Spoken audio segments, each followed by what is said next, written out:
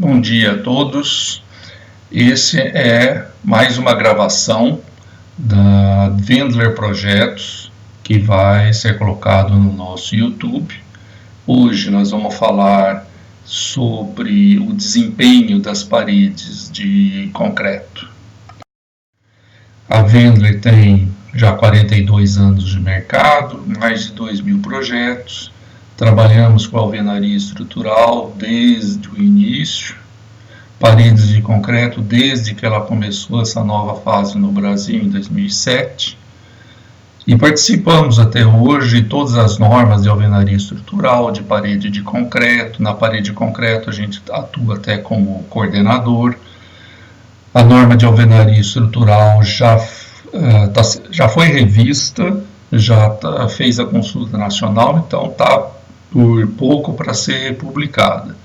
E a norma de parede de concreto está em revisão. Estamos mais ou menos com a parte de projeto já terminada, faltando alguns ajustes, e depois a parte de execução. Nesses anos todos a gente ministrou muitos cursos, palestras, workshops para as entidades, concrete show, empresas, caixa econômica, tá? Tanto de alvenaria quanto de parede de concreto.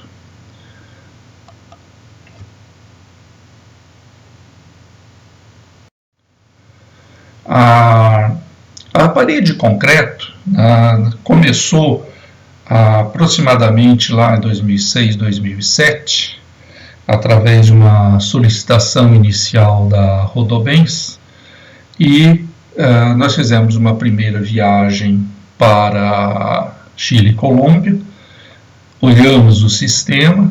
Na volta reunimos as construtoras, os projetistas e resolvemos estudar as coisas comuns. Então, juntando aí a cadeia fornecedora, processos de capacitação, ferramentas e toda a parte de normalização, a gente entende que estamos trabalhando o sistema construtivo como um todo. E isso deu origem ao grupo Parede de Concreto, que hoje reúne muitas empresas, construtoras, fornecedores, projetistas, consultores.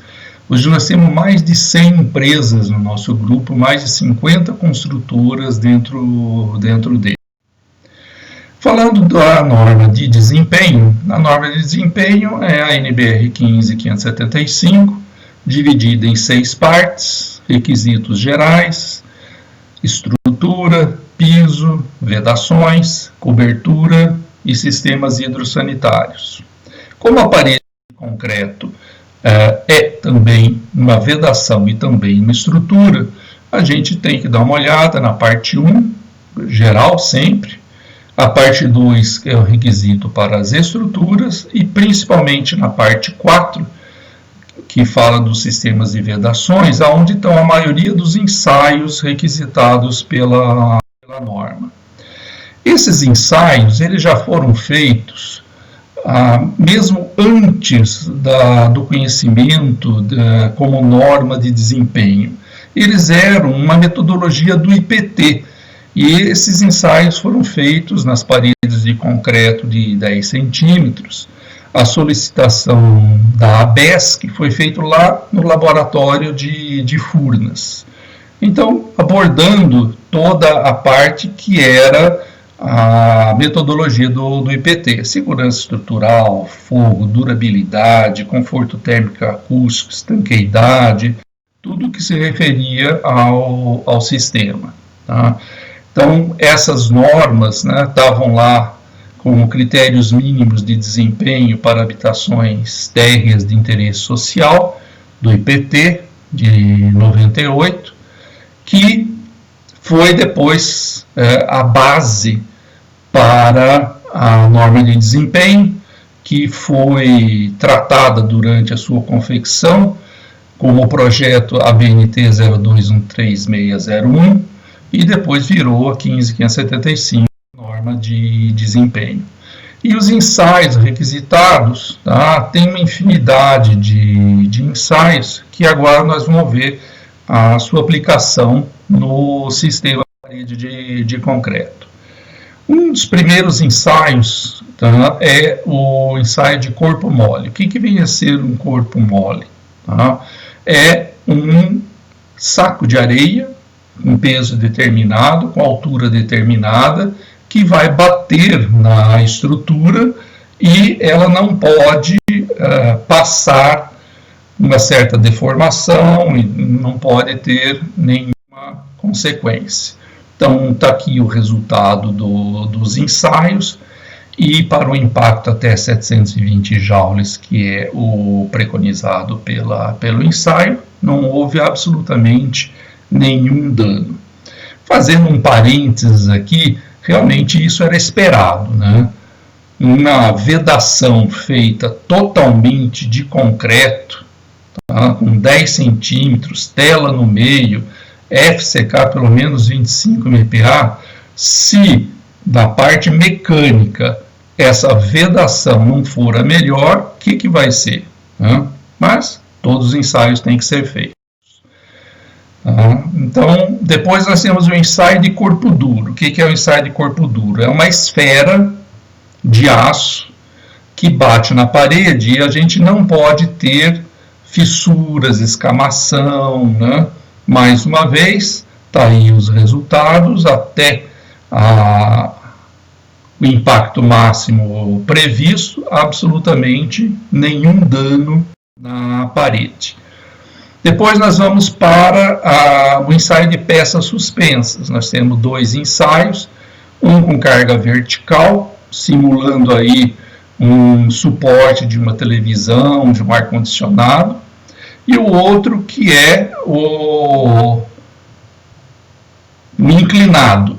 O inclinado é justamente para imaginar uma rede de dormir, né? Uma rede conectada nesse ponto. Tá? De novo aqui, no ensaio de peças suspensas, com um peso total de 80 quilos, absolutamente nenhuma ocorrência. Essa carga fica 24 horas nessa carga máxima de 80 quilos, depois é descarregado e verificado novamente, nenhuma ocorrência, ficou absolutamente estável. Da que chama sustentação da rede de dormir, mesma coisa, mesmo princípio, também nenhuma ocorrência. Depois nós temos os ensaios das portas. Primeiro, o ensaio de fechamento brusco, onde a porta é batida com força, tá? 10 vezes para verificar se solta alguma coisa, se o batente solta. Mais uma vez, nenhuma ocorrência, absolutamente perfeito o ensaio.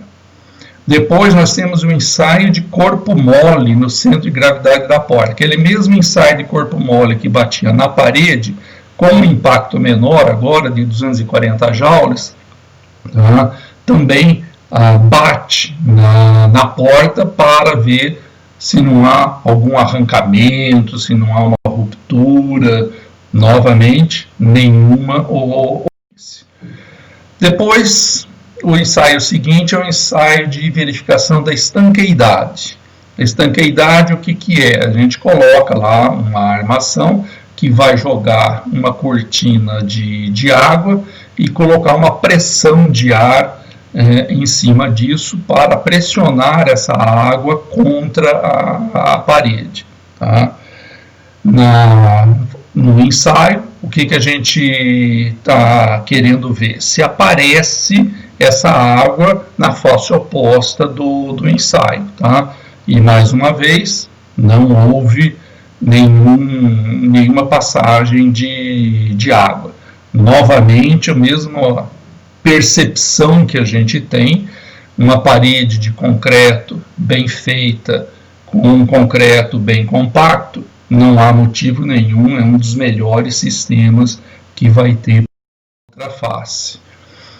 Existe uma série de critérios que são adotados, desvio de temperatura, temperatura na face oposta, depois carregamento e descarregamento, choque térmico com água. Esse aqui é o ensaio de resistência ao fogo, onde se vê o desvio de temperatura, todos eles dentro da norma. Esse aqui é um ensaio que mostra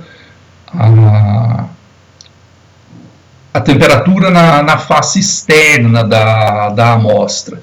Por que isso é importante? Porque numa temperatura de aproximadamente 140 graus, a gente define a resistência ao fogo, quantas horas de resistência ao fogo. Então, as paredes de concreto de 10 centímetros, elas são plenamente atendidas na maioria das construções com 2 horas de resistência ao fogo. Essa é a evolução do ensaio. Nós temos a temperatura, o ensaio padrão, que está ali em verde, depois a temperatura real do ensaio, que se procura seguir a linha verde, e depois aqui embaixo está a temperatura da face externa. Aí uma série de fotografias para vocês verem. O corpo de prova é colocado dentro daquela câmera e é medido nesses 9 pontos aqui a temperatura. Depois, para o choque térmico, depois de atingida a temperatura máxima, é resfriado com aspersão de água para ver se há alguma trinca, alguma fissura. Novamente, mesmo sob ação de calor e choque térmico, o ensaio mostra nenhuma ocorrência na parede. Então, também quanto a incêndio, é um dos melhores materiais que a gente pode ter como vedação. Depois, vamos falar um pouco de desempenho térmico. Aqui as coisas são um pouquinho diferentes, porque desempenho térmico e desempenho acústico, eles não dependem simplesmente do material da parede de vedação. Vai depender de tudo que tem na parede ou, eventualmente, até tudo que tem na construção. Então, a gente tem que analisar isso de uma maneira mais global. Pensando no desempenho térmico, tem uma série de características que a gente tem que ver. Lógico que a espessura da parede é um dos principais, mas você utilizar cores claras nessa parede ajuda.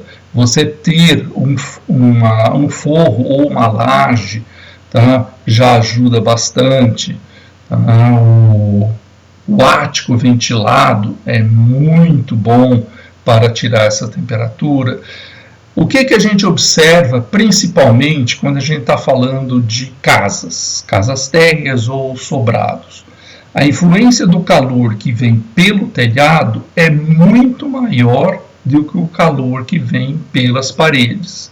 Lembrando que essas paredes têm janelas e também a possibilidade do calor entrar, às vezes é até maior pela janela do que pela parede.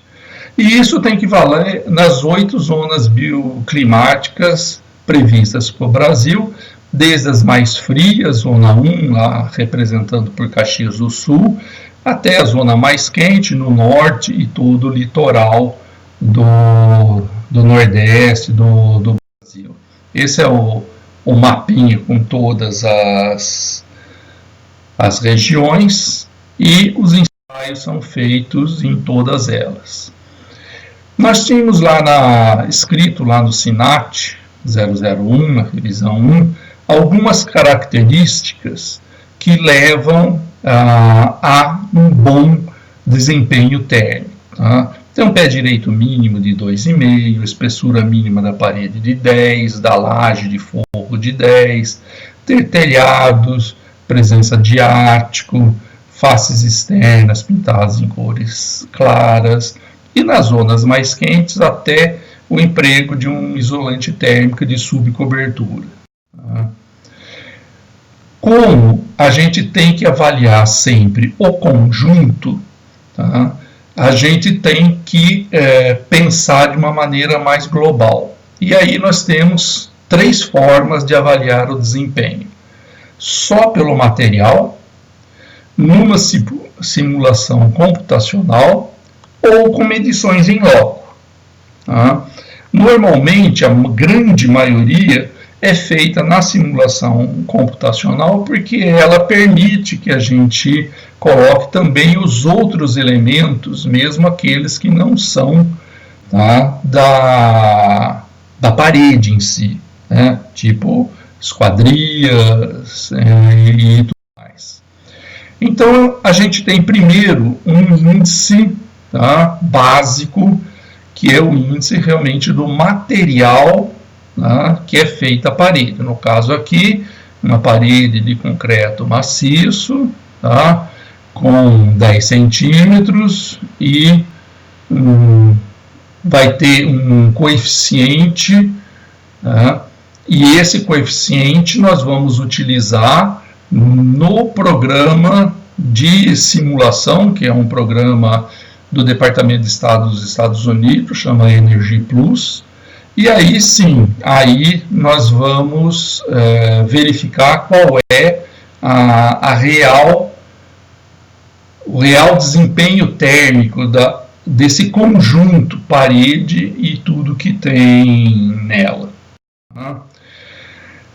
Baseado nisso e amparado por uma grande quantidade de ensaios que chegaram para a Caixa examinar, esse é um slide da Caixa Econômica, numa apresentação que ela fez em conjunto com a gente num Concrete Show, que estava falando pela Caixa o Zigmantas.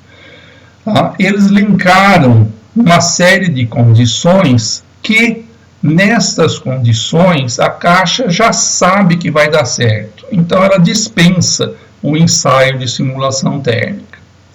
Laje com espessura de 10 centímetros de concreto, pé direito mínimo de 2,50, telhado com telha de fibrocimento maior de 6 milímetros, telha de concreto maior que 11 milímetros ou telha cerâmica, presença de ático entre a laje horizontal e o telhado com altura mínima de 50 centímetros e faces externas pintadas em tonalidades médias ou claras ou só claras com o emprego de isolamento térmico para a zona bioclimática Z8, a mais quente e mais úmida.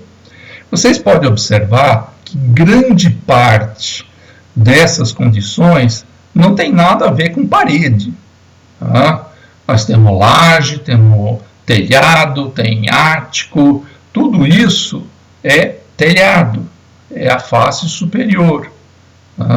Então, é isso que a gente sempre está alertando. Nós precisamos prestar muita atenção no conjunto das coisas. A parede de concreto de 10 centímetros, elas passam muito bem no calor, elas esquentam muito rápido, mas elas também esfriam muito rápido.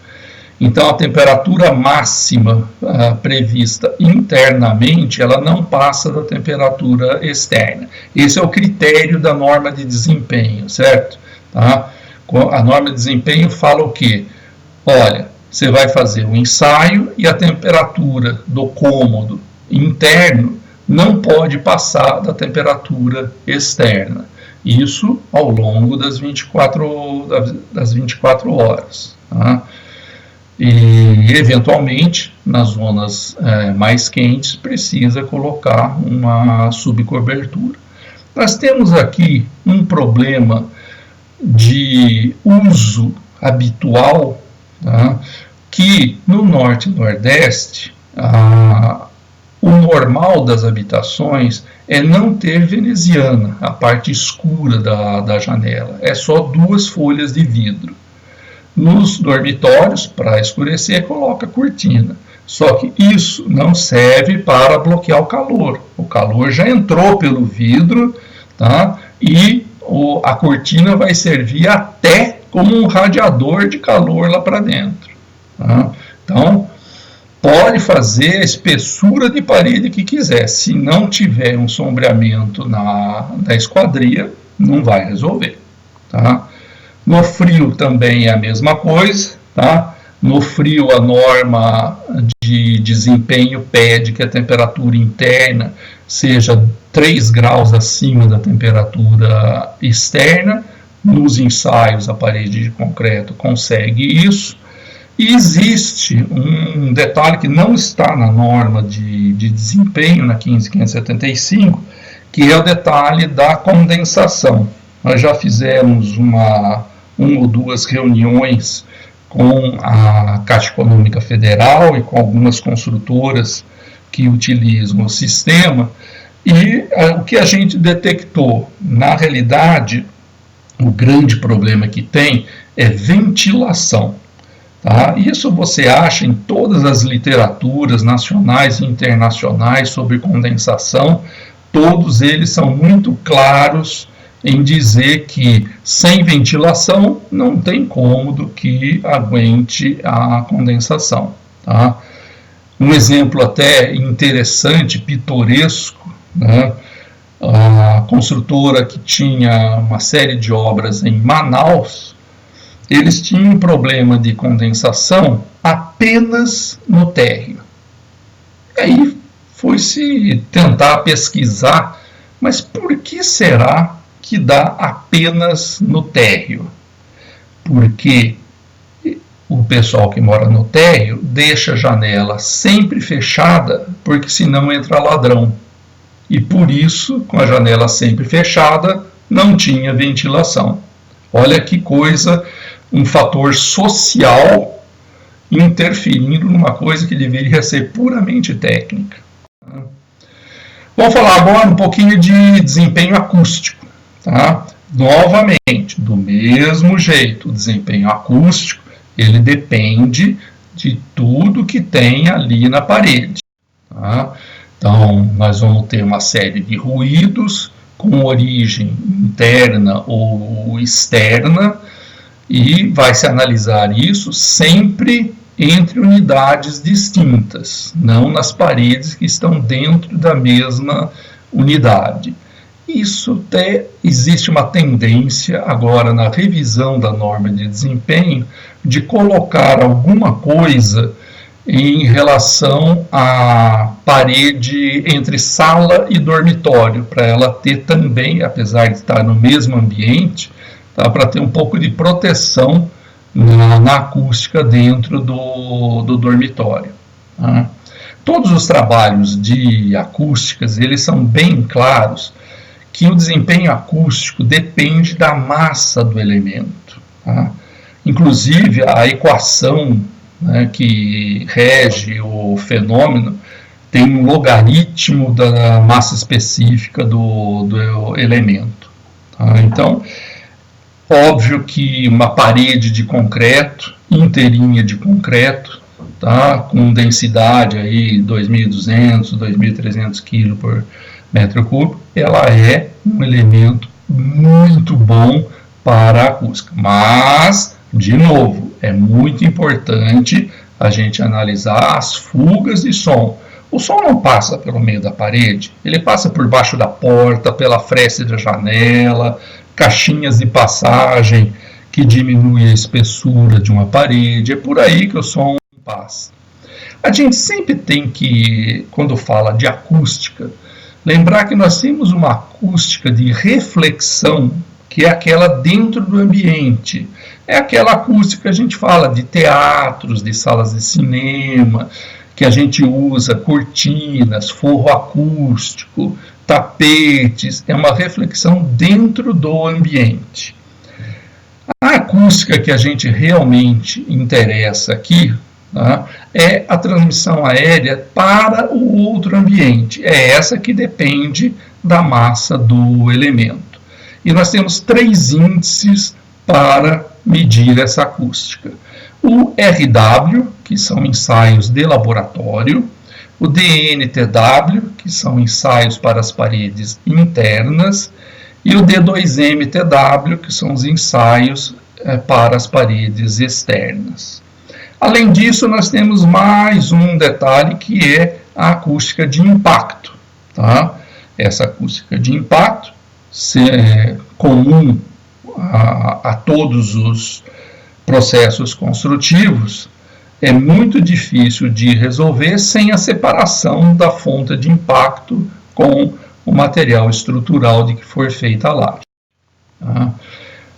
Então, aqui também nós precisamos sempre lembrar que vai depender, tá, não só da parede, mas com janelas, portas, frestas, tudo isso para dar o desempenho acústico correto. Bom, as paredes de concreto de 10 centímetros, elas isolam 45 decibéis medidos em laboratório, que vocês observam aí pelos valores, que é plenamente viável para todos os tipos de situação. Tá? Nos ensaios em loco de DNTW, acontecem algumas variações, justamente por ser um ensaio que é feito com uma parede real. Aí alguns passam, alguns não passam, e aí você vai pesquisar o porquê. Tá? No fundo, não tem nada a ver com a parede de concreto mesmo. Depende daquelas aberturas. Tá? Depende de uma fresta de janela, uma caixinha de luz colocada fundo a fundo, uma para cada lado, tá, de unidades distintas, é uma das piores coisas para a acústica, porque forma um corredor de som ali que passa o som de um lado para o outro, não tem nada a ver com a parede. Nesse ensaio que a gente está mostrando aqui, tá, feito pela Harmonia Acústica numa obra da Tenda, nós conseguimos 45 decibéis com um mínimo necessário de 45. Então, mais uma vez, mostra aí a capacidade do sistema de paredes de concreto, tá, de atender aos requisitos da norma de desempenho. Quando eu estou falando dos RWs, eu tenho aí para as paredes externas uma divisão que depende do local dessa habitação. Qual é a classe de ruído que nós vamos ter nessa habitação? Eu estou numa periferia com praças na frente, ou eu estou no meio de uma cidade cheia de prédio, com ônibus passando bem na frente? Então, lógico que eu vou ter necessidades diferentes de proteção, dependendo da classe de ruído que a gente tiver. Tá? Lembrando, principalmente aqui, neste caso, tá? Que é o ruído externo, tá? É onde vão estar as nossas janelas. Então, no desempenho da esquadria, é muito importante.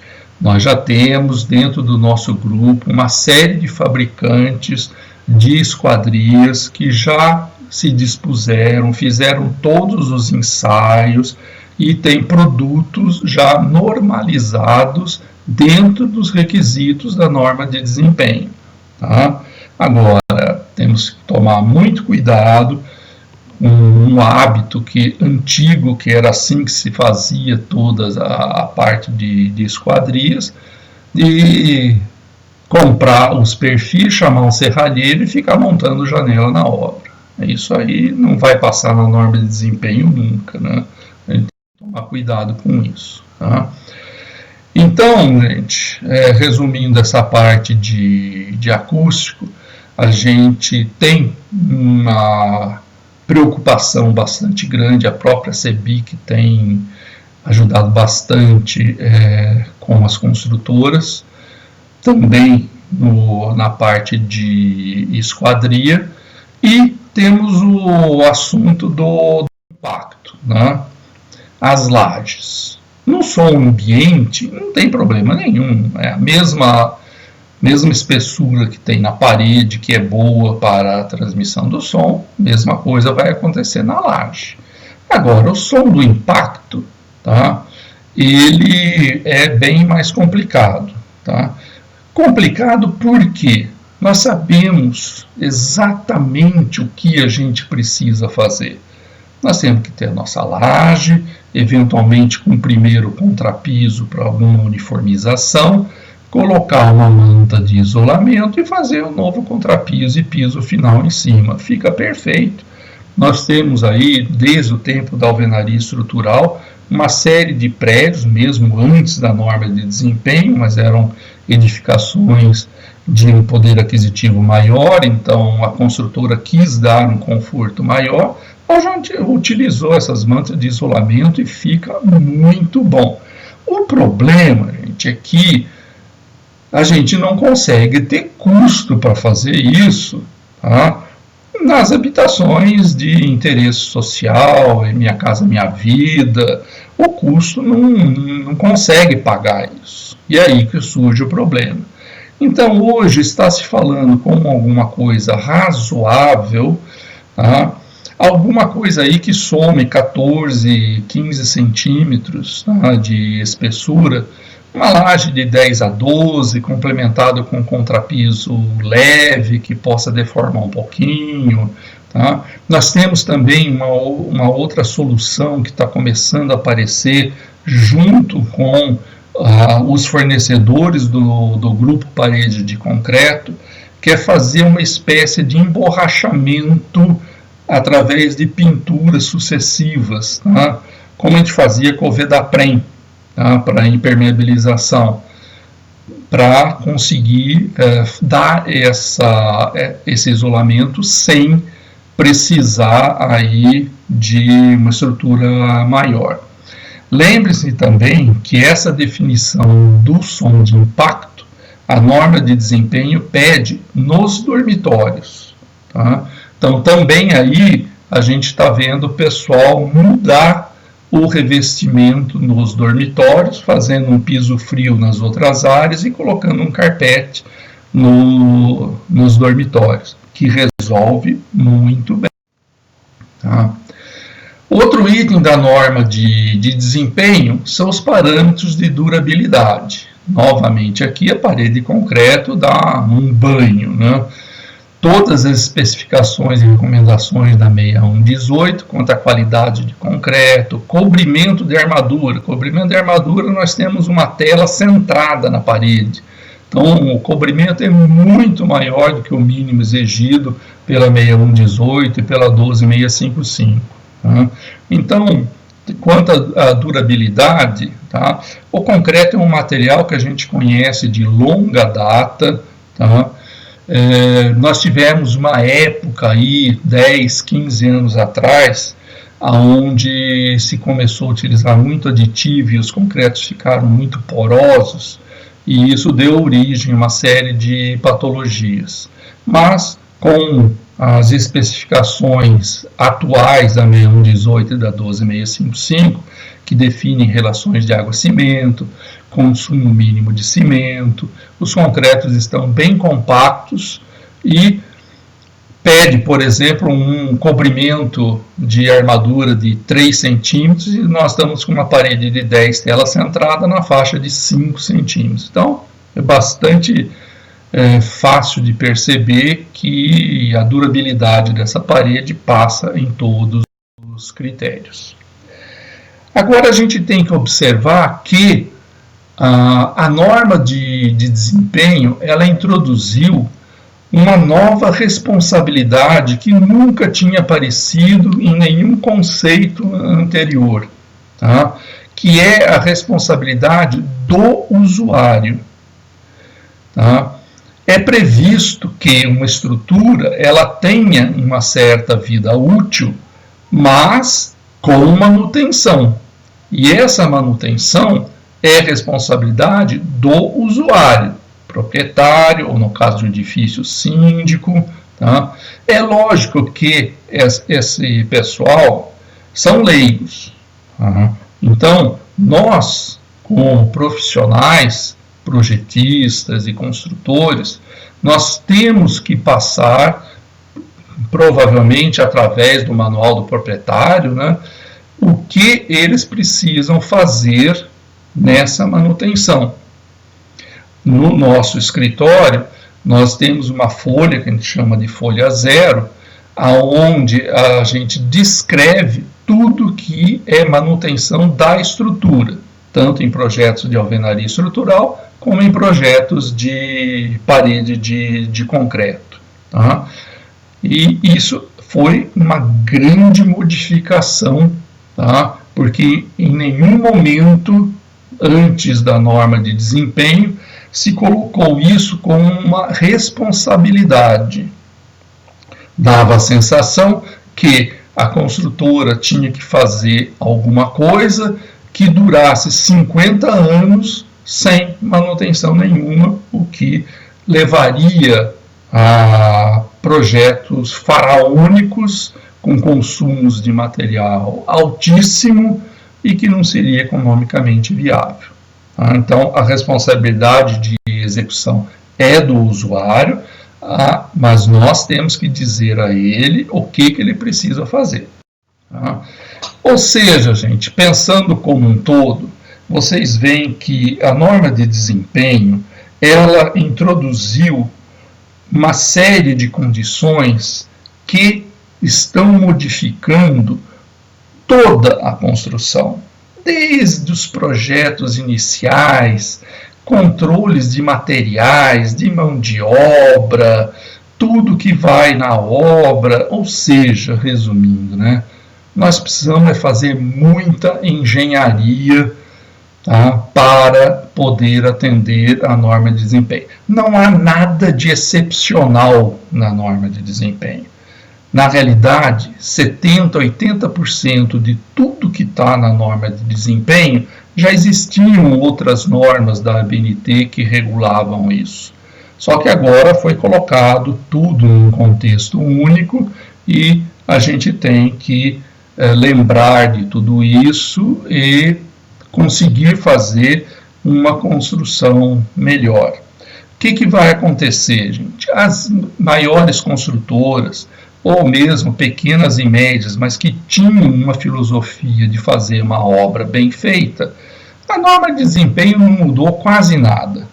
Agora, aqueles que não tomavam todo esse cuidado, agora existe uma norma, existe um problema jurídico que eles têm que respeitar a norma, e isso pode levar a uma interdição, a um problema futuro, tá? A uma ação judicial por algum motivo. Então isso tem que ser tomado cuidado. Sim, tá? Pessoal, era isso que a gente tinha. Tá aí meu e-mail, meu celular. Ficamos à disposição para tudo que vocês precisarem. Obrigado, gente.